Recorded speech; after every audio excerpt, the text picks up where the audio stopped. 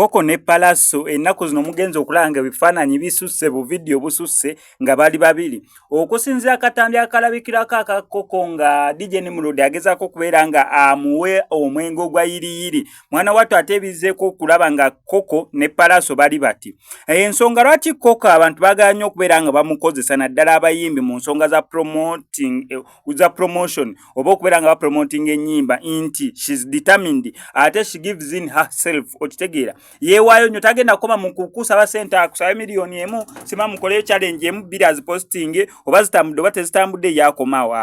kasooka olaba oluyimba lwa Palaso neeno lwe basazeewo okubeera nga bakola bagenze mu photoshoot basazeewo okubeera nga bakola content omulala besides owa photoshoot kwegamba basobole okubeera nga basindika project to the maximum neero omuntu walaba just video ng'obwo amazima ga Katonda kimuwaliriza okudduka asooka alaba akayimba ka Palaso project eno gye baliko ne Koko must shine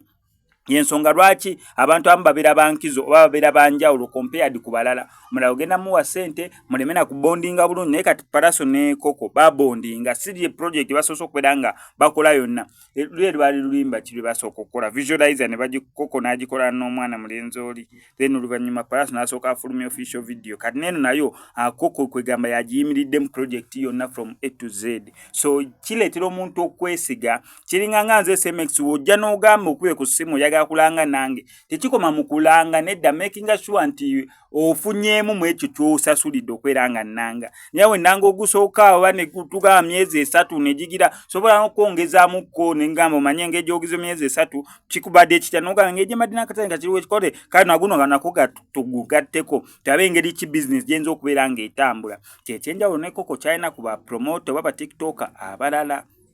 tugenderaawo.